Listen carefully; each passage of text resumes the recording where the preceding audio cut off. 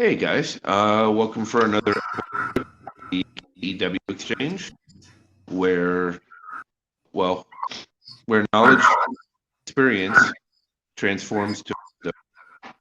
And today we're going to have a good friend of mine, Maryelellen Ammons. I keep messing it up. And we're going to talk about spirituality.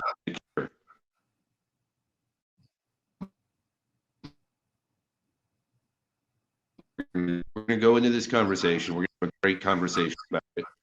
And I hope my phone's on mute so that it doesn't bother us with notifications. And we'll go from there. So, Maryelellen, why don't you give a little back about who you are, your experience, and share with the world? Sure. Yeah, can you hear me okay? You're okay. So so I own Infinity Healing. I'm sitting in the center right now. And I worked for the Navy as a civilian for about 23 years and was a contracting officer and a production lead for the Navy and loved a lot of aspects of it. And I wasn't in alignment. So I was very sick. I was functionally bedridden for, off and on over 15 years, had Lyme disease and recovered from that. And so when I recovered, I knew I needed to give back. And so in about 2016, I decided I needed to open the center that I had intended to open for many years. 2017, pulled all my retirement out, opened the center, invested here, and really wanted to be a positive contribution to the community. So I bought technology. And over the years, I've learned that I'm a technology advocate. So I love technology. And I'm also a healer. So that acceptance and radical acceptance of my role in this earth, this world, this life, this community with my people has been part of my journey. And so I was really excited about this topic because it's really important for people to have an understanding of the healing process. And I now have a much deeper understanding, having been on the one side of the sickness and then on the other side of the sickness. And so, it's just exciting for me to be able to share my learning and share elements of what I guess shamans would call wisdom to say, okay, maybe I can help somebody, because that's what we do. We share these little pieces of information that someone may pick up, and that's why we share our stories. It's actually a tribal practice. No, and I love that, right? And I've experienced your healing, and I've seen firsthand. Am I still cutting in and out? Like, I've heard my sound is kind of bad. Your sound is slightly off. It's like a slightly different. It's not as bad as it was. Okay. I'm trying here. It's okay. Technology's not always a friend. So I've experienced your abilities, right? Your gifts and what you're able to do, and you've shared your wisdom with me in a lot of ways, and I really have tremendous respect and value for you in my life, and I really want you to share what you're willing to about how you work with it, how you came about it, how you transform it and explain it to others, right? Because I think that there's a tremendous misunderstanding of how people can become connected, right? Sure. I believe, along with a lot of tribal cultures, that healers are born into a lifetime. So that's my understanding. So, growing up, I always had the people around me that I loved and they needed something. And I was always that person that people would go to, and I felt good about it. So, and other people didn't necessarily understand that. So, the frequency, the field of a healer is what people carry. I mean, you carry it from birth. And then over time, I also realized I was being trained. Essentially, I've been trained by spirit. I mean, I'm willing to share anything because, I pretty much dedicated my life to be of service. I've had multiple near-death experiences. And the last time, back in 2016, I said, no, I'm going to stay. I'm going to do what I came here to do. And so I'm open to any questions. But, the reciprocity, the flow of life, and getting into that understanding of who we are, what we came here to do, that alignment, what shamans call Aini, is what I learned So I also went through a lot of leadership programs. So I learned about people. I led large teams for the Navy. I learned a lot about people. And so I've had that formalized training. I've had that experiential learning within that framework. And now here at the center, helping people understand the deeper aspects of why they might not be feeling well. And then sometimes to let them know it's okay to not feel well sometimes. Emotions are part of our human experience, you know, and the stored suppressed emotions are a lot of what I work to heal and help people with. So, okay, so let's use your example, which is Lyme's disease. I really want you to, as much as you're able to, elaborate about how you having it, living it, carrying it for all those years to getting to the other side of it. So I'm very stubborn. We had this conversation. So people with Lyme disease are very, very strong at the soul level. You know, we're just very strong. You know, we endure a lot. And so that's a key component of, and I have a lot of respect for people with Lyme disease because I know what they're suffering. It's a silent illness because on the outside you look healthy, on the inside you feel like you're dying. There were many times when people would say to me, "You look amazing." And all I could think was, I'm dying inside. I'm literally dying.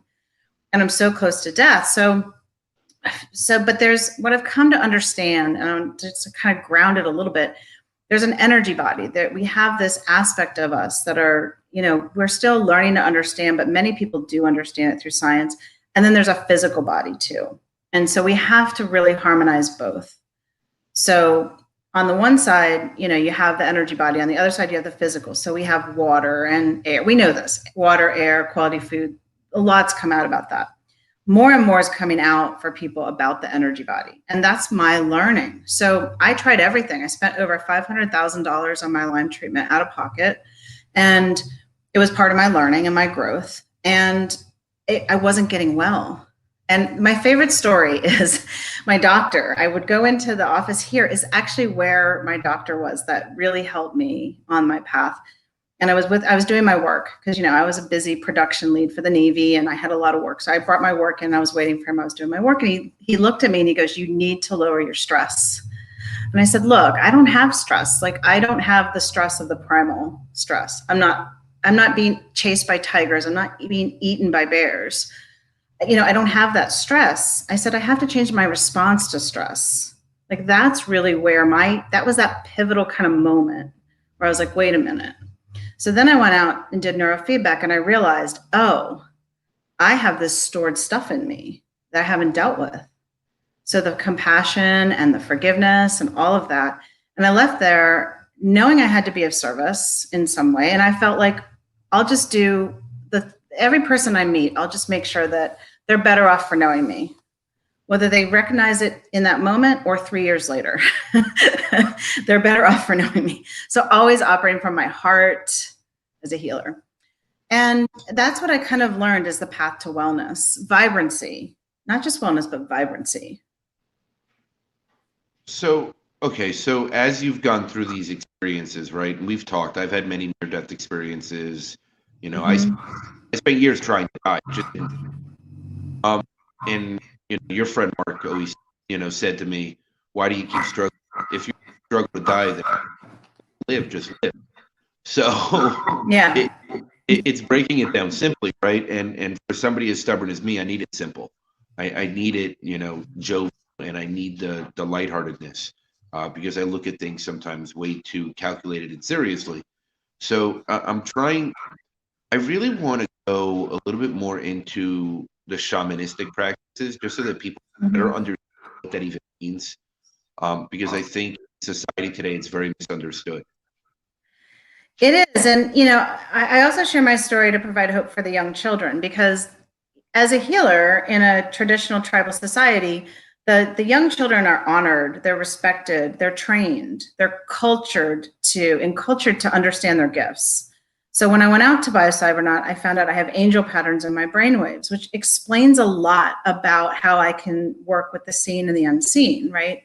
That explains with data what was happening in my body. And so those years of supposed suffering, but really training by spirit, would have been really truncated. I could have had understanding my gifts as a blessing versus something to suppress would have been a much different path for me, because I was literally sick since I was about 2 years old. I had pain, and that is the path of a healer. So we learn through our experiences. So now I look back on my experiences and I say, I'm grateful for my learning, because when someone comes to me, I understand Lyme disease on the physical, the energetic, the emotional, the social. So that's an aspect. And so the healers do have that. And in indigenous cultures, healers often get hit by lightning. That's literally how they know. But it's not a great thing, because that means the healer's out of alignment. That means that the healer, so we have to stay really aligned, what I call divine alignment, but we have to stay really aligned. And we do things that most people won't do. We have to, because our learning is then for the next person that comes in. So as I open the center, this is the tribal way, this, and the communities are fiercely protective of their healers. So, there's a story, I forget where it was, Australia maybe, where there was a shaman, a healer, and an American or a Canadian came in and actually killed the shaman, and they went after him. The communities understand the value of the healers. That's what I would love to see more of in our culture, is that true recognition of our gifts, that true recognition for these young children, so that they can grow. I can tell you that when I work with young children and I teach them how their gifts are helping them and helping others, they blossom. They blossom. They literally start to be happy and joyful, and they understand themselves at such deeper levels. So it's a gift to me to be able to do that. But that's why I talk about it, honestly. Well, I mean, for me, right, like my gifts were always looked at as they're not real. You're crazy. You're misunderstood. You're it can't be the reality, right? Like being empathic like I am, being everything else that I am, having the ability for all the different abilities. And as a youth being told you're crazy and there's something wrong with you, and being put into these boxes, societal norm, trying to describe really, I believe, an issue for anyone in my age group, right? Like anyone that grew up I was born in the 70s, so I grew up in the 80s and 90s.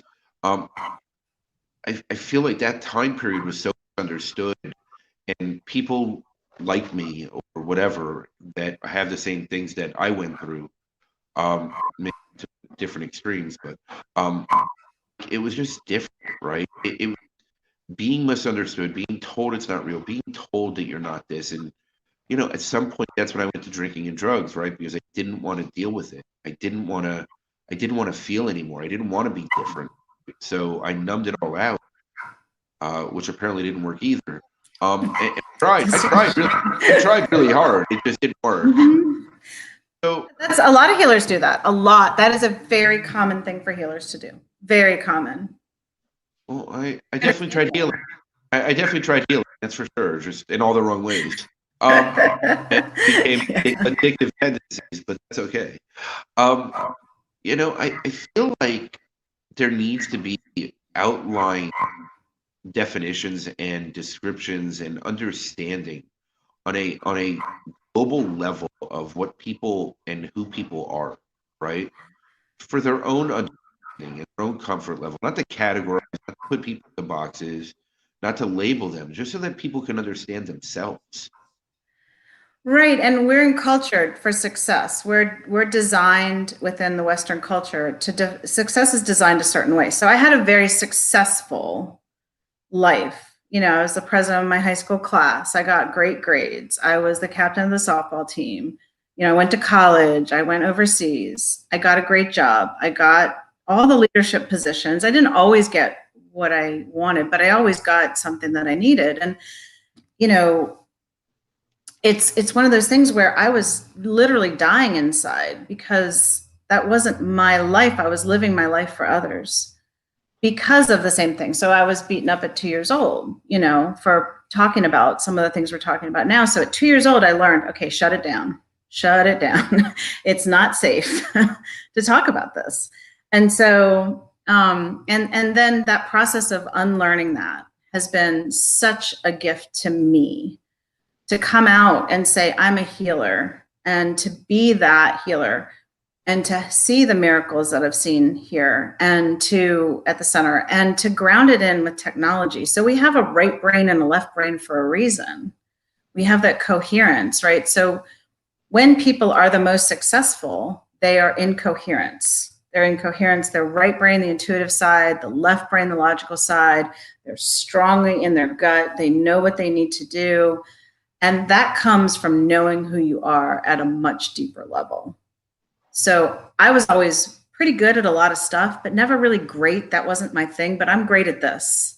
And I say that from a place of non-ego. That's what my soul came here to do. I'm a great healer. And I just know that.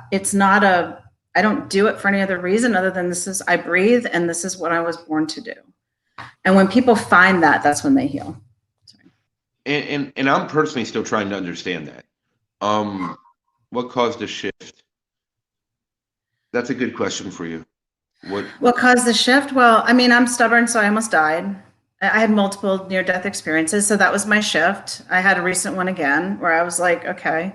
So the shift is divine alignment, really, is what I would say. What caused the shift was, I know that in my heart, we're headed for this state of enduring peace. I know that. I've been shown that in my life, and I know it deep in my heart, and I know that's what I came here to do. So I know that if I don't share and do the things I feel very called to do, then someone else will do it, yes, but I may not be here, and I certainly won't be happy. You know, I could have the life that I had and not do the things I'm supposed to do in this lifetime, but I wouldn't be deeply satisfied. And what that means is, you know, just breaking down the culture. So reciprocity, for example, I'm developing collaborative agreements, and at the 7th level of consciousness within the Peruvian shamanism, that's how they operate. They compete, they collaborate, they compete, they collaborate. That's the way. So I'm doing that now and grounding that in for people. So that's my service. It's my service. Yeah, I mean, my shift was similar, right? It was every time I had a near-death experience, it was, you're not leaving yet, right? You're coming back because you're not doing what you're supposed to do. And it really didn't make me comfortable to discuss it, right? It didn't until, I guess, 2006, 2008, somewhere in that room. And then I had some other stuff happen in my life, and I shut myself back down again.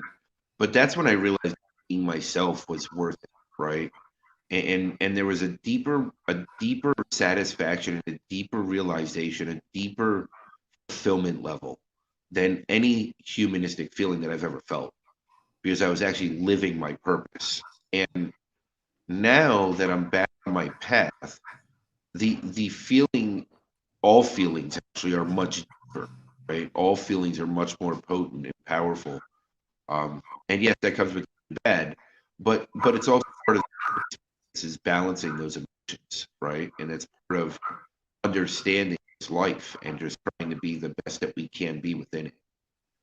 Yeah, and you know, also seeing the gifts. So for me, I knew I was a great healer, came from deep in my soul. And the story I'll tell is a story of Amy. And she's, anyone that's I've talked about, they've given me permission, expressed permission to talk about. But she came to the center.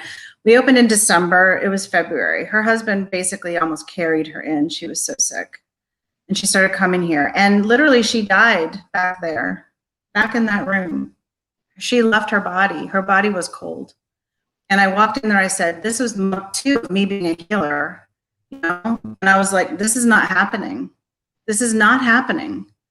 And she came back and we warmed her up and she started breathing again. And that was the first miracle. I don't know what I did. I have no idea. All I knew is it wasn't her time and it wasn't her way of going. And so she's also has a resistant soul, and she'll say that herself. And so I did that three more times, twice in person, once remotely. And I saw it. I'm a fly, fix, fly kind of person, right? I need data. I need validation. We're people, we're human. I started seeing these things happening around me because of my presence and because of their whatever alignment that brought them here. And I was like, this is my purpose, right? I mean, what a gift to be able to do that for somebody who is that sick. And then I also have seen so many miracles. Lyme disease recovered in a week here. I've seen in 30 days, 80 to 90% better, most of the people, not everybody. So then I started learning other training modalities, which is kind of what we worked with, so that I could get to that root of why they were still suffering, to really clear those blocks for them. I started seeing those miracles. And then I started to shut it down again, saying, okay, do I really want to do this? And every time I shut down, everything contracts around me. So yeah, it's a learning process, but I would say is the data and validation. So I have reams of data here that can show and demonstrate. And now this center is being called to cure cancer. So I'm being called to cure cancer, right? So that's part of my calling. So these are gifts. It's a tremendous blessing to be of service at this level for people. And I feel there's a humility that our power comes from our humility. Our power comes from our service. Our power comes from our experiences. So all the things that you went through, that's your power source. When you talk from experience. You don't talk from a book. And that's when people trust. Yeah, it's a different level, right? It's a different level of knowing. When you hit that range and you're on your own skin, that you're willing to be vulnerable and share what you've been through, it resonates with people, right? And they feel it just by listening or seeing you or watching you. And I can validate it works, because we did deep emotional clearings, and we did past life stuff. We went through deep stuff, really major blocks. And I can tell you, it worked. It changes my life. It changed my life at that moment. And I'm still learning, and I'm still adapting, and I'm still really stubborn. But I'm still. This is a journey, right? The day that I'm learning, it's over, right? So that's when we expire. The goal is to be a day better, be a day in the right direction, right? And it's very difficult. It's really difficult at times to push through the human experience while also fully embracing everything that we are, right? Because it's outside of societal norms. It's just not fully accepted yet. And as much as I have seen the joy, I've also seen the pain. So I've endured a lot of judgment since I opened this place, because people have their own perceptions, right? They have their own perceptions. And I've also seen people who haven't healed, and the best healers detach from the outcome. Explain healing the physical body versus the spiritual. Yes, so it's one of those things where I like to work with people individually. We are unique humans and unique souls, and I understand the physical. So the physical comes from a detoxification process. Usually gene defects can create disease. It comes from the environment, the toxins in our water, our air, all of that is really affecting us. So we're starting to see that sensitivity. So people are starting to have that awareness, right? That is, the organic movement has come. Sustainable farming is coming. We know we need to clean up the water. A lot of people don't know that their drinking water is toxic to them.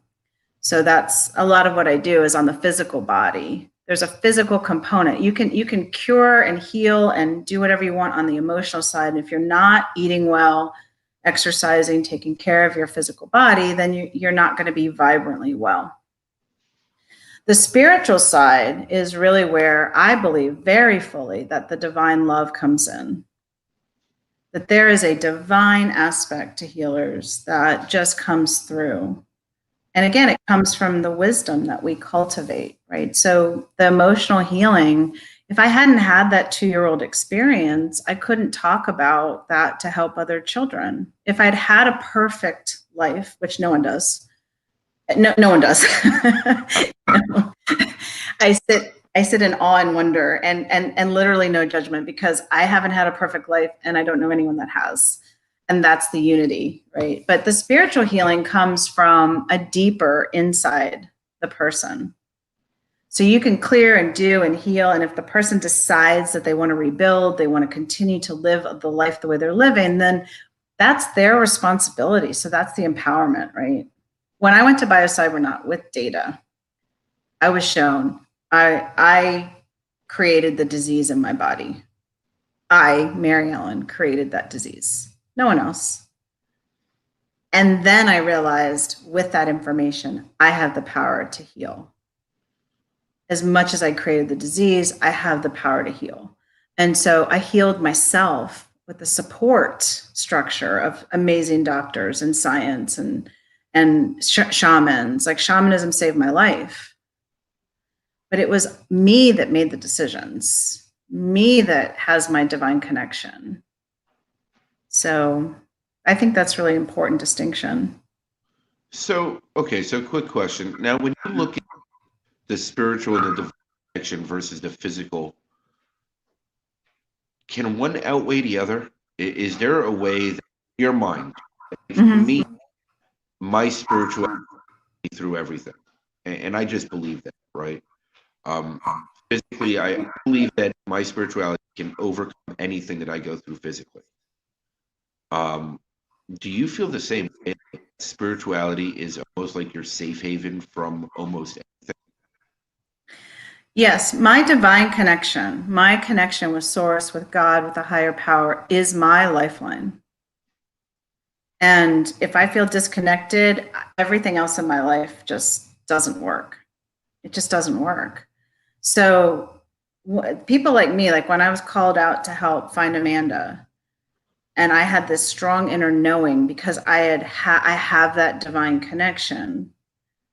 That's what got me through that experience, because it was a lot of pressure. Now curing cancer, right? I have a divine mission of curing cancer. There are many people that are in this path, and there are many people that do amazing work. And so I stand in some respects on the shoulders of these giants of people. So it's not about me at all. But that knowing is like, yes. And when people come to me, I can assess at the soul level. And I can have those real conversations. And I think that is because the body, so just real quick, the body is designed to heal itself. 100%. I think that we have that innate ability to do so, right? It's built into us to regenerate and reproduce ourselves and recreate itself when we allow it, right? And when we believe it. I mean, that's the reality. We have, before it can do anything, you got to believe it can, right? Right. You can't ride a bike. You can't ride a bike and believe that you can actually ride the bike. So if we can do that with physical or tangible things, why can't we do that with other things, right? And I think this conversation is very deep, and I think it can go deeper. But I also want people to understand that, go live your life, go drink for 47 years, kill your liver, and then come to you and say, hey, fix me. I don't think that's the answer either. Yeah. I mean, it is possible. I'm not going to say it's not, because anything's possible. But I want people to, I really want people to really dig into their spiritual side, because I think they're missing out on a whole component to their life if they're not. Well, and I found these amazing modalities that help people find that divine alignment, because what I find is people are so stuck in energy. They're stuck in the conditioning. A lot of people are stuck in the same place you're talking about, which is, I was told to do this. I grew up, and you have to go to college, get a good job, make a lot of money, have, all that stuff we're told to do, which is amazing. And you can have all that, and you can be in alignment. And that's the way through all this. So yes. So what I learned over time is, I've had to tell people, same thing, Amy, I'm not doing this again. Your soul chooses to do this. That's your soul's choice. And I cannot violate that soul's choice, and I will not. So I've learned over the years, so why do transformational healers like me exist? It's because people need the map. They need the tools. They need the techniques. They need the help to show them the way to find themselves. I love seeing people who are so aligned that they're just like, yep, this is my path. But those people are not loners. They usually have a support infrastructure around them, whatever they've built. It could be a professional network. It could be a family network. It could be a network of friends. It could be communing with nature and pets. Like they've built a network around themselves of support. So we're not alone in this. And that's the tribal way. The tribal way, they knew that the biggest thing they could do was to shun somebody. That was the way they ensured someone would die. It didn't matter because you're cutting them off from community, you're cutting them off from connection, and you're cutting them off from the divine, essentially. Right? So the way forward is to really be inclusive. And yes, that divine alignment it's everything. And I want to say one other thing too, Mike, is that what I've come to understand is everyone has that connection. So I foster that connection. So, it's about understanding that you were born divine. You were born of light. You are of light. Every single one on the planet. I see that. I grew up many places around the world, socioeconomically, things like that. And I see the divine in all people. Expect them to be which slows them down. Yeah. So deconditioning.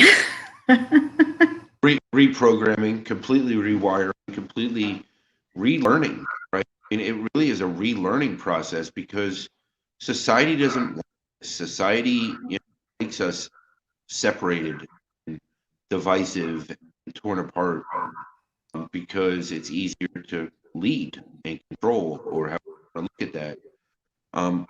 This gives everybody a fair opportunity, no matter what your socio-economic is, to be your best self, step into yourself in a healthy, providing way in your life.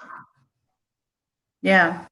Well, I can tell you, last year was one of the years I worked the hardest, and it felt like a struggle. But yeah, it was one of the years where I made the least amount of money, I've been living below the poverty line to keep this place open, to take care of people, because it's my calling. So you can look at it from the perspective of financial success, or you can look at it from the perspective of I have the cure for Lyme disease sitting here.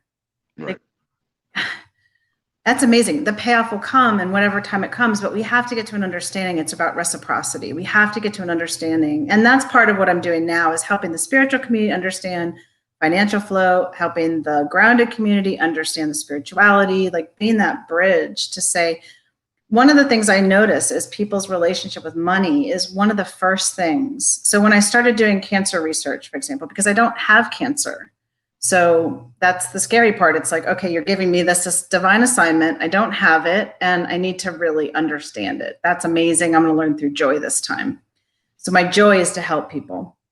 So one of the things that they talk about when you get a cancer diagnosis is the first fear is bankruptcy, right? So it puts people in that low immune state right away. So now they're in a fear, which actually literally suppresses your immune system, lowers your heart rate variability, and changes your response to stress. So it enables the cancer to take over faster. So I said, that's not the way. That's literally not the way. So I'm working in divine currency. I'm working in reciprocity. And I know that all of it will come together in a nice way. It's going to come, but I have the machines and it will work. So I have that confidence, but that's the divine alignment, and that's the way forward. That is literally the way forward. So it's our perception of the enculturation and our perception of what's important. And we're being taught this through the virus, through cancer. There are certain tenets. Our lives are more important than anything else. And I'm always helping the one, I saw my mother lose her daughter. My sister died at 35 of a heart attack. And when I got the spiritual call to go help find Amanda, the one thing I thought about was, I'm not going to let another mother lose her daughter. I'm not going to see that happen. I'm being divinely called. I know this. And I'm not going to let another mother lose her daughter. So that I held on to that thought, because the one, and that's the women's national team. I'm going off a little bit longer, so stop me here, Mike. But the women's national team, when one of us is good, then all of us are great. And I've always said, if we lose the perspective of that one person, we've lost our humanity. So let's get to our humanity. And that's when we get to the healing. You know, that's really where the healing resides. Well, and I agree, right? And I think that it's an interconnected infrastructure, and the human race is one race. It's the human race, and anything else that divides us is just to divide us, right? So when we look at this and this connectedness and interconnectedness that as humans we have and seek and want, and we all feel it, but we don't know what it means, right? And we all look for it in different vices, different ways, we try to replicate. When at the end of the day, if we looked at our core and we looked at our deeper soul purpose, and we really went within, I mean, that's where the answer is. That's where the connectedness is. And that your healing worked on me was absolutely remarkable. Now, granted, I am still stubborn, and I am really stubborn. I know. I'm aware. And, you know, I want to go through the fire, so I keep putting myself in the fire, but I'm getting it, right? Like little by little, it's sinking in that when I act the same way, even though I'm different, the same result's going to come. It's time to change. Time to change the habit, right? It isn't. Yeah, you know, it's really interesting. The people I've been speaking to, because the reciprocity from us working together is you've connected me with so many amazing people, right? So I've received so many blessings. So that's reciprocity, right? So it's not a take mentality. You didn't take from me. I'm not taking from you. There's a healthy exchange. That's divine currency, right? So I've met some amazing people. We have an opportunity to talk about this now. I have now more information about cancer through the connections that you have provided to me than I would have had otherwise. Had I not operated, if I had done a transactional currency-based exchange only, then I wouldn't have met these people. I wouldn't have the information. I literally wouldn't be where I am today. That's reciprocity. So thank you. I mean, that is the way. You know? And I promise you, the financial situation, if you would have had a currency exchange, it wouldn't have changed your poverty line. So, you know, this is definitely the benefit, right? It's the gift that keeps. Yeah, but for me, yeah. So for me, it's all about Aini and reciprocity. And I was told I needed to do that. And I went back into my logical brain. So I take full responsibility for what I created, right? I created that as much as, again, it's the same thing. I created that. So now I'm creating something different. So it's all learning, but that's that alignment. So when and people are being like, so many people are meditating now, like, and they're sharing their story and they're coming out on videos and they're doing these things. And it's like this huge healing that's occurring across the globe, our nation, our people. So, you know, I hope people look at it as a healing opportunity to really heal it and not continue to live in those denser energies. I think people are looking to understand better, right? And I think people want to know. I think that the yearning or seeking of knowledge and through others' experiences is now really kicking in the high gear, right? And because of the thing called the internet, right? Which I'll say a billion times over, that if there was YouTube when Jesus was around, everybody would be Catholic, right? So Right.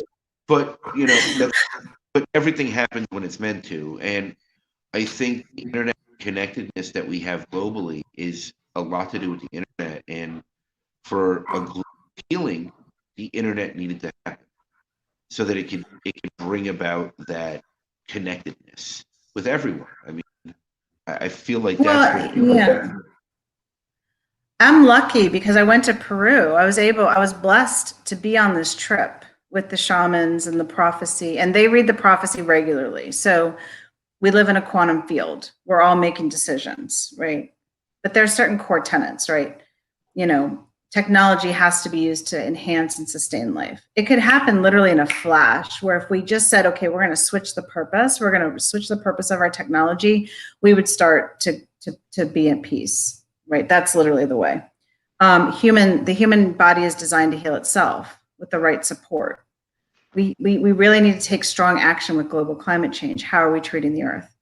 Those are all key tenets that if we, so I'm lucky. I live and have been able to have that. I hold some aspect of the prop, but also the level of eagle, as shamans would say. So when you look at the level of eagle and you understand the framework, and that's what people are looking for. They're looking for this bigger picture.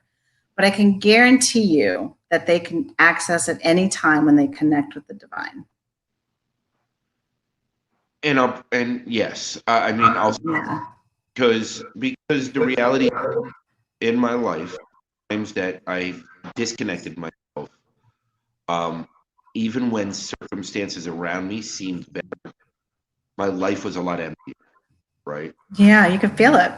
And that's the difference. And maybe it's because I woke up at such a young age. Maybe it's because I experienced both sides, and I don't know exactly why. I know that no matter how successful or no matter what happened in my life, no matter what I was accomplishing, if I wasn't connected, it always felt like it was missing something. Yeah. And I kept chasing something that didn't exist. And that's where meditation came in and slowed me down enough to actually look for the right thing, right? Like it's like, oh, wait, I can take a step back and actually look at what's going on. And that's kind of where that came in, because we're in this hurry mentality. Like we're in this time paradigm that holds us, and time is a man-made construct that doesn't exist. Yeah. You know, everything that needs to get accomplished in these lives is already done. We're living the experience. Right. And when you see that there's a divine intelligence around us, that separation really is an illusion. That we're literally divine. Everyone's divine inside. You don't have to go, you can go, but you don't have to go to a place of worship to be divine. When like everyone has their own unique ways of connecting with the divine. And so a higher power, I call it source, some people call it God. I call it both, actually. When we realize that that's in our heart, that's where all of our answers exist, then we start to see each other as more human. And that's the divine alignment. So Cancer also has an emotional component to it. It has that, people who have cancer are some of the biggest unsung heroes that I've met. These amazing people that have been through, like, war zones is what it feels like, because they're going and their bodies are already hurting, and then they go through this process where it just makes them sicker and sicker, but yet they still keep going. There's a strength that comes through to me when I sense their field that is, I'm just in awe of these people. And so being able to support them in the way that I can is a beautiful thing. And I would also encourage, like you said, it's about being happy. So the vibrational shift is actually finding happiness. And when you find happiness inside, then you radiate happiness. So the shamans that are truly gifted, they don't take life very seriously. They do the work and they take that seriously. And, but when I was in the bus in Peru, they were laughing and teasing each other and joking and having a great time and, all that kind of stuff. And they realize that the key to a long and happy life is to live a long and happy life. Well, and that's the thing, right? We're so busy seeing outside happiness that we never really look within. And I still do it, right? Even though I know for me to be happy, I need it internally, and I need my own internal happiness. Yeah. I still try to chase that. I just do, because it's my habits, right? And it's what I've been conditioned and programmed to do. And I'm falling into those habits less and less, and I'm falling into that programming less and less, and I'm embracing myself more and more, and finding my peace and internal happiness. And it's a process. It really is. And, I think meditation's helpful. Binaural beats are helpful. This technology that's here, it's coming out all over the world. So it's not just in this Lesbi area here, but you can find the bliss hormone. People are seeking that DMT or that bliss hormone. You can get it through ayahuasca. I've not personally done that, but I've heard that. You can get it through, various ways. The opioids get you to that place. They're looking for that bliss. And when you realize the bliss comes from that divine connection and from your ability to connect and from your ability to clear yourself and have happy relationships and healthy relationships. And, then you realize, wait a minute, I don't need all those other substances to get to the DMT. I can get there naturally. And that's what I do. Like, I'm a natural body healer. So I don't use, like in Peru, they use cocoa leaves to get to a higher state of consciousness. For me, I've used technology, and I have been able to get to those bliss states without anything. I can get there in a meditation in about 5 minutes or less. Yeah, I mean, that's all it takes for me is the right meditation, right? And I rotate frequencies based on my mood. For me, when I say outside, it's more like chasing a relationship, chasing a love, chasing a dollar, right? Money or currency, or chasing a job, chasing a role, a position. Outside validation, rather than just finding it within myself. And I still do that from time to time, but it's happening less and less, right? And I'm learning quick in the process. I need to just stop and take a step back again, right? Because I get wrapped up. Well, and I have deep respect for you because, number one, I've worked with you and I know some of your story, not all of it, but, and number two, I know that when you're at that vulnerable state, that is a place of deep humility, and that deep humility comes from learning. So when I meet the shamans, when I met the shamans that I met with the Four Winds, for example, I had deep respect for them because they earned their badge in a different way. And that's what healers do. So I would, but then take it to a broader level. So having that deep respect for every person on the planet doing their part to contribute is, so deep respect for, even when I worked for the Navy, I kind of knew this was part of my inside knowing, was like, people needed the tools and the resources. And as the leader, I was the person there to give them those tools and those resources. And then I've also learned that they kind of look up to the leader for guidance. And so I believe very fully that we are all equal. And there's some people that have knowledge and wisdom that can share, that can help others, but it's not a hierarchical model. So unity is the way. And it really starts like having conversations like this. Deep for you. Yeah. I mean, 100%. And there is no hierarchy, right? Like, I don't think there is at all. No, there really isn't.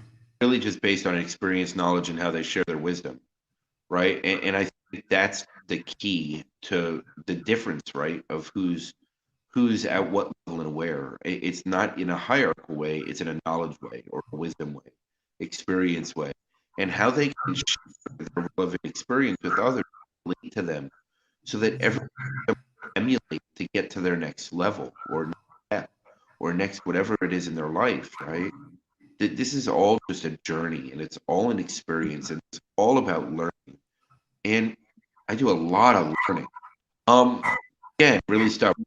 But it's okay, and I'm okay with that today. Like, I accept that as part of this journey for me. I didn't get the easy path. I'm okay with that. I really am. Right. I've been told, like, I picked this path, right? I picked this path. So when I stay on the path, I'm good and I'm not suffering. I don't suffer. There's no victim in me. There really isn't a victim in me. There's more of a, okay, what's next and how much longer? And, all those natural questions. And to be able to like go and get like this book on the energy body, the crystalline structure, and this was done in 1998 on a personal journey in cancer research. And there's science here, right? To see, like, this showed up today for me, for the person that's coming in this afternoon. Like, and it just, when you're in that alignment, things you need just show up. And it's not always currency. Although I do believe very fully that currency is an aspect of reciprocity. I really believe that a common system of exchange is important for people to understand it, right? Because I tried that here. I went into collaborative models and said, you don't need to bring any money. You can come for free. but then it didn't really work because it just wasn't the right time. So it needs to be all aspects of INE and flow, I believe. That was my learning. But, when you're divine, there's a divine intelligence and you get the information that you need to do your service. And that's what I've also learned, that if it doesn't show up for me, then I probably don't need it. 100%. And I'm not showing up for me anymore. And so talk about the crystalline structure, just to. Yeah. It's one of my favorite topics because I've learned about it over the last 3 years through data and experiential learning. And so when I came into the crystalline structure is happening all over the planet. How it's happening, I don't know. There's a divine intelligence. It's bigger than me. I don't need to understand that. What I do understand is I carry it, and I've been carrying it for the last 3 years, at least. So it's a different energy system. It's a different energy body. And the crystals are within the blood flow. Like I learned today, they're crystals within our cells. If you look at the structure of water and looking at the biological structure of water, and then learning that we're, depending on 60 to 80% water, you understand that we're made of these crystals. So the crystalline structure is also about frequency and a change in frequency. And the crystalline structure also is here because the Schumann resonance of the earth is changing. So the Schumann resonance is elevating, which is what the NOAA scientists research. And then our physical bodies are also shifting. So what we need as far as medicine and health is vastly different. We're being attuned to the frequencies. So there's a frequency of peace, and then there's a frequency of a lower vibration like fear. People can feel that. So that's the crystalline structure. So what it's doing is it's healing those lower vibrations. So we're evolving from an older version of a species to a newer version of a species. And the scientists are finding this in pictures of people's bodies. So the old ways won't work. And so they're starting to migrate out. And that's the faster we learn that it's a grounded science-based thing and that there are real tools to help, that they're not esoteric. I mean, some of them are, but they're not, that they're real grounded ways. I'm learning meridian energetics, for example. Huge potential with that modality because it's a hands-on modality and it opens up these new systems and it gets the energy flowing. And it's very precise and very powerful. I think there's behavioral therapy that some of the doctors are using. They're talking about energy, but they're using a different language. So they're like, if these young children that have tics, for example, they're being taught to redirect the tic. What they're being taught very clearly is to redirect the energy. So we are being attuned to a different frequency. So we need advanced tools. We need this technology. We need the energy modalities that are coming through. You can ask me questions about it because I love this topic. This is one of my favorite because it's light, it's happy, it's joy. That's the whole point of the crystalline structure. It's peace. Yes. And we talked about that, I think, last week when I called you or you called me or whatever it was. But Michelle, definitely reach out to Maryelellen so you can have a conversation with her. She just, yeah, I mean, it goes deeper, right? Like there's these gifts that we just don't want to realize. And because the current structure of society doesn't want us to actualize what we can do ourselves, because they want us dependent on them, that there's this fear base around it, right? And they've created a fear. Well, even that creates a discord, right? I can even feel that. I have the crystalline structure, so I can feel what you're saying, and there's a discord there. Everyone that is operating from that mentality is the amygdala, right? So I'll explain it in like maybe more physical terms too. Our amygdala is changing. So the amygdala in the human brain is responsible for flight or fight. So those people who are kind of like, the Who Moved My Cheese book, they're stuck. They're the ones that are like kind of stuck. They're in a fear state. They're in a low vibration state. They're operating from flight or fight or freeze or forget. The goal of consciousness, and this is what I've come to understand on a scientific grounded level, is to activate our neocortex, to activate our higher operating centers within the brain, and then bring in brain heart coherence. So the Heart Math Institute's been doing a lot of research around that. So then when people understand that the heart is the way, literally, crystalline structure, energy center, and the physical heart, and that's what keeps us going, keeps the blood pumping, and that's what is going to change the world, then we will all be in a new state in the crystalline structure. So how, okay, so obviously you're the one talking about this. Obviously, we both have large networks of people globally that are. yeah. How do we get this to resonate with more people? How do we relate in a way that it's easier for them to acknowledge and accept where they're at? Well, I like to talk about it. So there are a couple ways that I like to explain it, because it started happening here. I started seeing it, I started experiencing it. People were experiencing it. My heart center was wide open. I had my first heart center awakening in 2016 at BioCybernaut, and I was like, what is happening to me? Because it was like liquid gold pouring out, and I didn't know what it was. I had no idea. It was a very strange sensation. I'd never felt it in my life that I'm aware of anyway. So I was like, okay, this is very confusing. So I spent a lot of time confused for the next couple of years and learning, but confused, as these new energy centers came online. I like to describe it as we're going from a mechanical car to an electrical car, right? It's just evolution.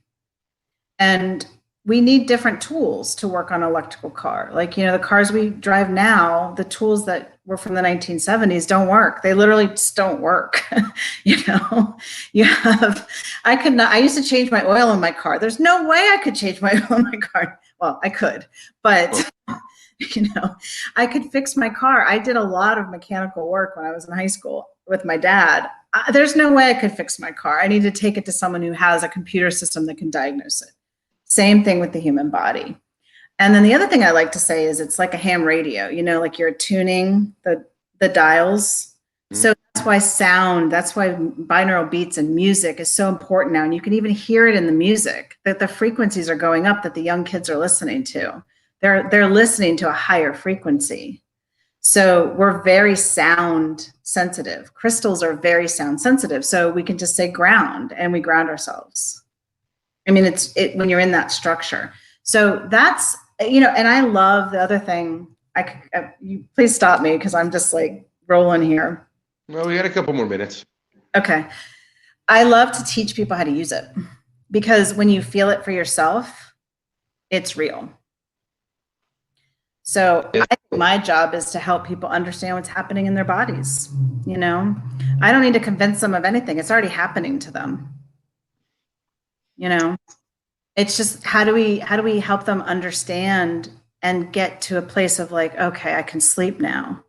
Or, oh, this is why I'm feeling all these energy surges. This is why I have these problems in my life, but they're not mine. And I know they're not mine.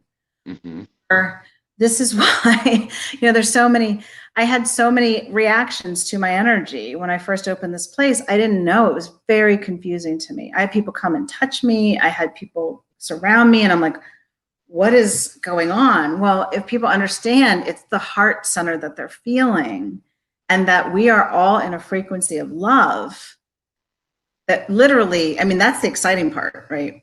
These heart center awakenings create an environment. I think we've talked about this before. Like we are already in this state of love. And we've said, like, I love you, Mike, and I love my daughter, and I love my son, and I love every person that walks through this door. And that is a baseline frequency for me. And that's where we're all here to experience. Every single one of us, everyone on the planet. Love unites. Yeah. It's a feeling. It's a freak. It's not a word. It's not the word. It's the energy. It is. And as we've gone,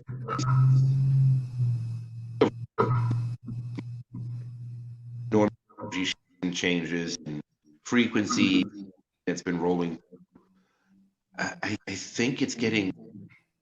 think more people are starting to feel it and realize it, right? They can't ignore it. Like ignoring it is with the past now because you can't ignore it. It's too blatantly in front of you now. And even if it doesn't you, even if it never did, even if you always said, I'll never believe in something like this, now it's to the point where you don't have a choice but to look for answers. And Yes. when you start looking for answers, you're either schizophrenic or you're evolving. And I think most people will start to choose evolving over time. They might choose schizophrenic first, but I think over time they're going to choose evolving, and the knowledge is out there now. You can't keep the knowledge anymore. And people are becoming aware of themselves, and they're looking to become more self-aware, and they're willing to do that work. And when you're willing to do the work, you can find anything. Every answer is within us, every single one. Well, and when I know that there's a space of love and above from a frequency, that this is a huge, beautiful expression of a blessing for all of us. I mean, what's to judge in that? There's nothing to judge. It can't live at that frequency. And so that's what I want people to know, that they can have hope, right? Mm-hmm. That, yeah, hope is, there is so much joy in life and beauty and magic. And I say that word with a physics science kind of perspective too, like synchronicities, and like there's just so much that we don't know, and there's so much we do know, but I know that we're in love or above. There's nothing to judge there. It's just acceptance. Just a beautiful thing. It really is. And thank you, Maryellen. We'll definitely do this again. Hopefully my sound will be better next time. And we'll go from there, as I'm still working, realizing how to use this ring light thing, which blowing a little, but I don't know what to do with my hands. So I'm like very fidgety all over the place down below. Like, Yeah. like my legs are bouncing. I don't know what to do with myself. But thank you so much, and I appreciate you so much. Do you have a website or a way that people can reach out to you if they're looking?